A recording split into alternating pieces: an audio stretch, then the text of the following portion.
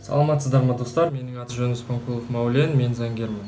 Бүгінгі біздің видеомызда мен осы 42500 темасына қайтып оралатын болам. Бұл жерде ең осы актуальный, көп кездесетін қазіргі кезде отказдардың кейбіреулеріне тоқталатын болам.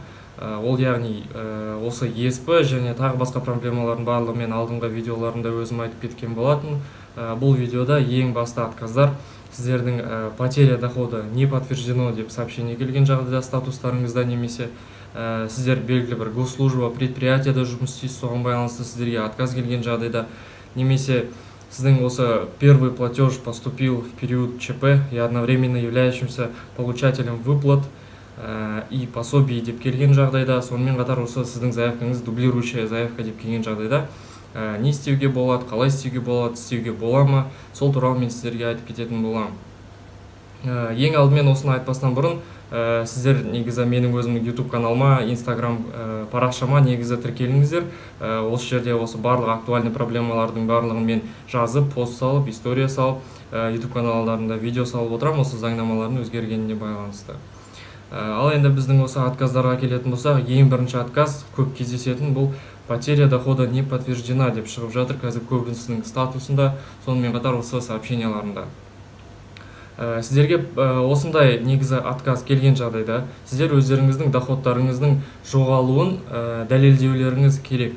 Мысалы айтатын болсақ, сіздер бір жерде жұмыс істеп жатсыздар, бір компанияда, сіздер доходтарыңызды жоғалттыңыздар. Сіздер сол компаниядан барып сұрайсыздар, осындай мен негізі приказ бойынша сіздерді негізі отпускқа жібереді, без содержания, ақысыз отпуск дейді. Сол ақысыз отпускқа сіздерді жіберген жағдайда сіздерге сондай документ береді специальный. Сол документті алып сіздер 42500 еңбек.kz немесе 42500 gfss.kz негізі осы почталарына жазып, осы документтерді тіркеп барлығын жіберсеңіз, сіздерге 42500-ді қайтадан негізі назначать етеді. Ал егер сіздер негізі көбісі қазіргі кезде студенттер немесе неофициально жұмыс істейтін адамдар, азаматтар, олардың барлығы қазіргі кезде ешқандай жерде, мысалы, официант болып істейді, няня болып істейді, олар ондай документтерді негізі ала алмайды. Негізі өкінішке орай осындай документ негізі сіздерде болмаған жағдайда дәлелдейтін қазіргі кезде осы 42500-ге сіздер қолдарыңызды жеткізе алмайсыздар. Өйткені ең басында 42500-ді каждый адамға негізі мемлекет бере бастады. Каждый второй, каждый адамның барлығына.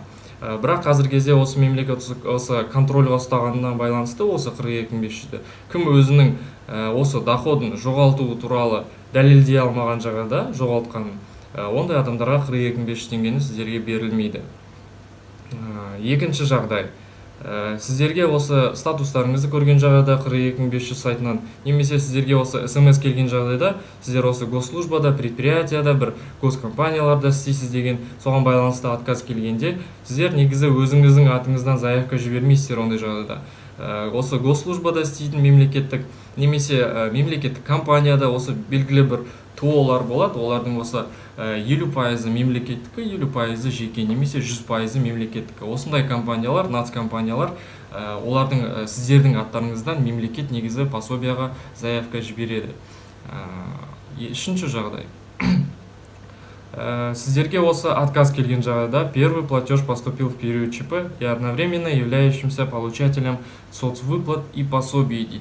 Бұндай жағдайлар көбінесе осы көп балалы отбасыларда, немесе бір жасқа толғанға дейін осы балаларыңыз болса, сіздерге негізі көбінесе осындай отказ келеді. Өйткені сіздер мемлекеттен, бюджеттен и так пособия алып жатсыздар, осыған байланысты сізге отказ беріліп, негізі сізге осы 42500 теңгені берілмейді. Негізі қазіргі кезде еңбек министріміз осы сұрақтарға бізде жауап бермей кетті. Осы пособияларға байланысты, пособия алған адам ала ма, алмай ма деген сияқты. Бірақ негізі өзіміз практикада көріп отырмыз, кім пособия алып жатыр мемлекеттен, көп балалы отбасылар, немесе осы бір жасқа толмаған балалары бар отбасылар. Осындай адамдарға негізі отказ келіп жатыр. Сіздер негізі 42500-ді алуға негізі мүмкіншіліктеріңіз практически жоқ.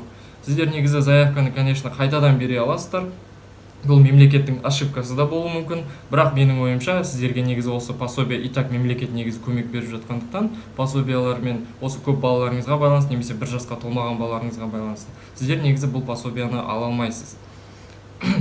Төртінші жағдай, бұл сіздерге көбінесе дублирующая заявка деп келеді. Бұл мен негізі өзімнің алдыңғы видеоларымда айтып кеткен болатынмын, яғни сіздер бір заявканы жібересіздер, сіздерге смс ретінде отказ келіп үлгермейді. Сіздер екінші заявка, үшінші заявканы Еговтан, 42500 сайтынан, телеграмнан бүкіл жерден негізі жазып жібере бересіздер. Соған байланысты сіздердің заявкаңыз дубликация ретінде қарастырылады.